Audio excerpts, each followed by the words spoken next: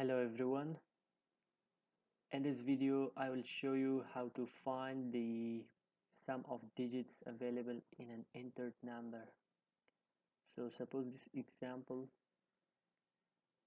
I'll show you the logic how you can do this easily in any programming language. Like this, we enter 1 2 3. The total digits, the sum of digits should be here 3 plus 2 plus 1, which it should give us 6, and it gives us 6. Also, if we try for a longer number like 4 4 8 5 6, it will give us 8 13 and 19. Yeah, so the logic behind this is what we can do. Calculator, I will show you here. How we can find this is simply like we will take the example of 1 2 3. We first need to divide this by 10, which gives us 12.3. We need this 12, the 0.3.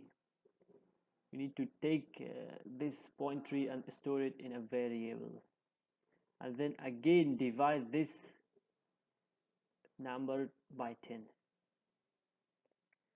and again we need this 2.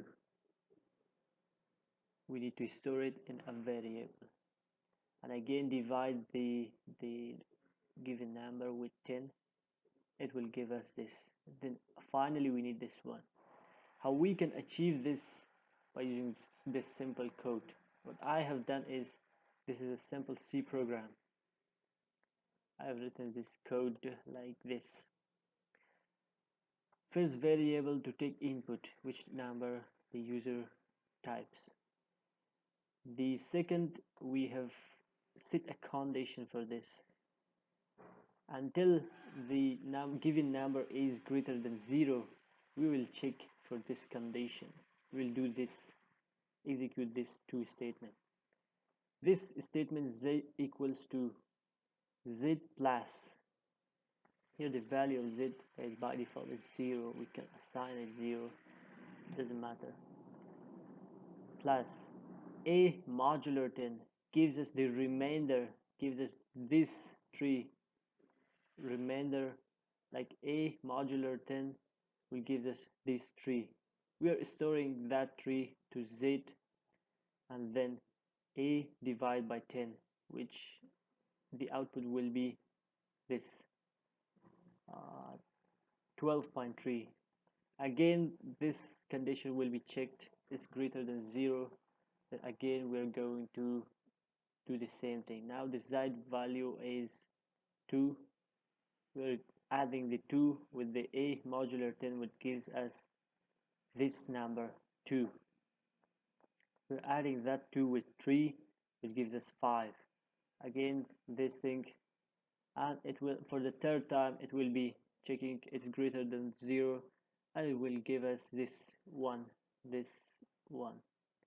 Then we will add that 1 with the value of z, which is 5, and then all of them will be 6.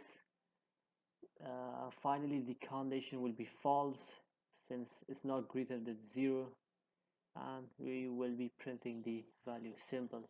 This logic will work in all programming language. It's as easy as this, just simple. So this is today's video. Thank you for watching. Don't forget to subscribe and like, and see you.